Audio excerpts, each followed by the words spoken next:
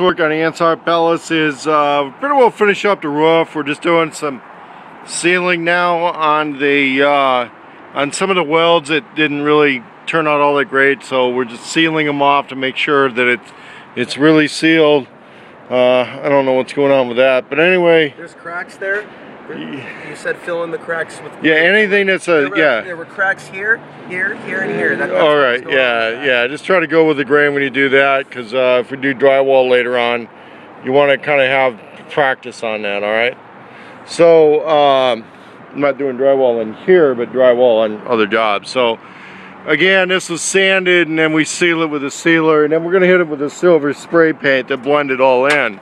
We've had a few different layers of paint here with this mild color change because the color code from the first bottle of paint got lost. So if you're thinking things are a little bit more green now, they are, okay? We've done some reinforcement on the door. This is supposed to be blizzard resistant, which means that with a double zigzag, we're really going to be able to seal that door up, or he'll be able to seal that door up. And so in blizzard type weather, that could seal up really well. Over here, the inside of this storage area, I've advised to go white, like interior cabinets, so that if you have a minimum of light inside, let's say one small LED light inside, you're going to be able to light up the interior of these cabinets, find your way around pretty well. There's also going to be a lot of sealing done here. The metal here is thin so that when that's closed, we still have room for a fold-out table to work on this.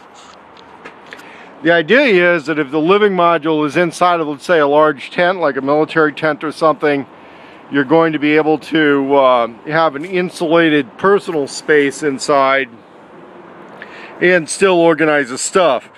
Now, with this wood, it becomes critically important to seal everything off. So we're using a combination of sealer and polyurethane paint on every seam, every hole, every screw head, every staple head. The edges of the edges of everything, very important, or else the plywood will start to delaminate on you.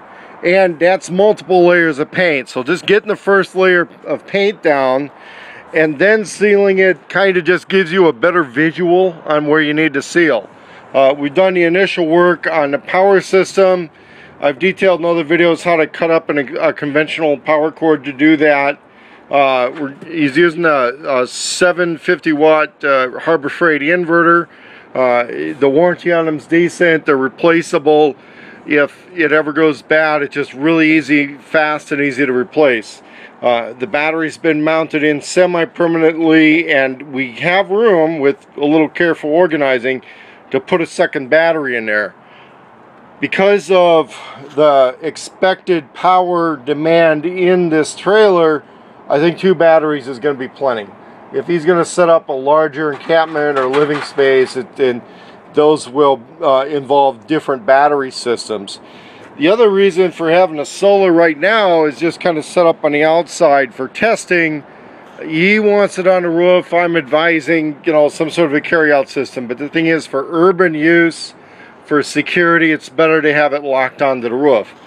As you can see, the interior has gone through a little bit of work with the shelving, little finish, little fold-up desk made from a piece of scrap high-grade plywood, actually. Now, this also, if you can see the color difference, both the wall and that little fold-up tabletop have the exact same finish on them. It's just that the different types of wood reacted differently to the finish. So when this is up, okay, it's going to be close to the same color, but it's never going to be exactly the same. And of course, we need to make a small removable brace so that holds up. The upper cabinet area is still going to be worked on. The ceiling area is still going to have a little bit of work. Fully insulated. He's camped out in it a few times so far in the driveway. Everything seems to be okay, except there's a lot of ambient freeway noise here. And so in closing this, we're trying to figure out a better lock and latch mechanism. We got to figure out a better lock and latch mechanism for the door also. Still have to iron in this sealer tape in order to get the seams right on there, and he's still got to finish those little corners in there too.